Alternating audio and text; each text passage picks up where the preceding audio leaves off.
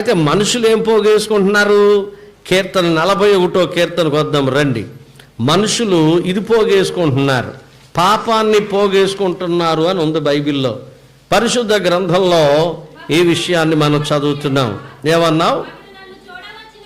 ఒకడు నన్ను చూడవచ్చిన ఎడల వాడు అబద్ధమాడును, వాని హృదయము పాపమును. డబ్బును పోగేసుకున్న వాళ్ళు ఉన్నారు, ఓకే, ధనాన్ని పోగేసుకున్న వాళ్ళు ఉన్నారు. ఇప్పుడు దాన్ని ఏమంటారు? కళ్ళం మీద ధాన్యాన్ని నూరుస్తారు కదా, కుప్ప నూర్పుడు అంటారు. అంత అయిపోయిన తర్వాత ధాన్యాన్ని ఏం చేస్తారు? పోగేసుకుంటారు. మరి మధ్యాహ్నం నువ్వేం పోగేసుకుంటున్నావు? పాపాన్ని పోగేసుకుంటున్నావు. గుర్తుపెట్టుగా, చాలా ప్రమాదం. నువ్వు పాపాన్ని పోగేసుకుంటున్నావు, అవినీతిని పోగేసుకుంటున్నావు, అక్రమాన్ని పోగేసుకుంటున్నావు. అది నీ జీవితాన్ని తినేస్తుంది, అది నీ జీవితాన్ని పాడు చేస్తుంది, అది నీ జీవితాన్ని చెదరగొడుతుంది. పాపము చాలా ప్రమాదమైంది. అది కానీ పట్టుకుందో నీకు అడ్రస్ లేకుండా చేస్తుంది, అది నీ జీవితాన్ని నాశనం చేస్తుంది. అర్థమైందా? దొరకనంచేపు ఏటది దొరికితేనే ఉంటుంది నీ సంగతి. అర్థమైందా? పాపాన్ని పోగేసుకోకు. మరి ఏం పోగేసుకోవాలా? దేవుని వాక్యాన్ని ఏం చేయాలా? పోగేసుకోవాలి. రూతమ్మ ఏం పోగేసుకుంది? రూతమ్మ ఏం పోగు చేసుకుంది? బోయాజు పొలంలో ధాన్యాన్ని ఏం చేసుకుంది? పోగు చేసుకుంది. మరి వాక్యాన్ని ఏమైనా పోగేసుకుంటున్నావా? వాక్యాన్ని ఏమైనా పోగు చేసుకుంటున్నావా? వాక్యాన్ని హృదయంలో ఏమైనా ఉంచుతున్నావా? ఎంత వాక్యం చెప్పినా ఒక వాక్యం నీ మనసులో ఉండదు.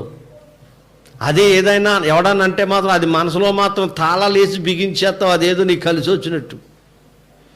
ఏమా మీ అత్తగారు బాగుందంటే అది నిర్ణయం చచ్చిపోయింది అంత కోడలు. ఏమా అంత మాట అన్నావంటే అది అన్నమాట గుండుకాయల్లో మెదిలిపోతుందంట. గుండుకాయల్లో మరి ఎన్ని కాయలు ఉన్నాయో ఎమికి గుండుకాయల్లో మెదిలిపోతుందంట. ఎప్పుడు అమ్మందంటే 4 సంవత్సరాలు వద్దులేండి. 4 సంవత్సరాలు అన్నమాట గుండుకాయల్లో ఏమైపోతుంది? అది ఏది 4 సంవత్సరాల క్రితం అన్న మాట అర్థమైందా నీకు? నేను చెప్పిన వాక్యం ఏమైంది చెప్పండి. మరి నువ్వేం పోగేసుకుంటున్నావో? వాక్యం ఏమైనా ఉందా మీ మనసులో?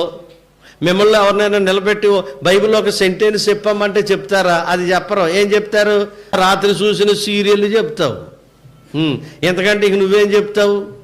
గట్టిగా వాక్యం చెప్తే బయటికి వెళ్ళి ఆ మాట చెప్తావు. నువ్వేమన్నా చెప్పుకోనోరే ఆ మాట నాకు నచ్చలేదు, ఆ మాట నీకు నచ్చవు, నీకు నచ్చే మాటలు చెప్పరు ఇక్కడ. అర్థమైందా? నీకు నచ్చినట్టుగా బోధ ఉండదు బైబిల్లో. బైబిల్లో ఉన్న బోధన బట్టి నీ జీవితాన్ని మార్చుకోవాలి. కాబట్టి ఎనీహౌ ఏది ఏమైనా కొంతమంది వారు హృదయంలో ఏం పోగేసుకుంటున్నారట చెప్పమా? పాపమును పోగేసుకుంటున్నారు. పాపము మనుషులకు అవమానం తీసుకొస్తుంది.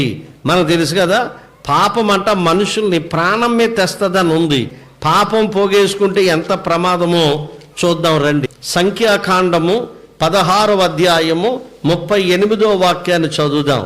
పాపము చేసి తమ ప్రాణములకు ముప్పు తెచ్చుకొనిన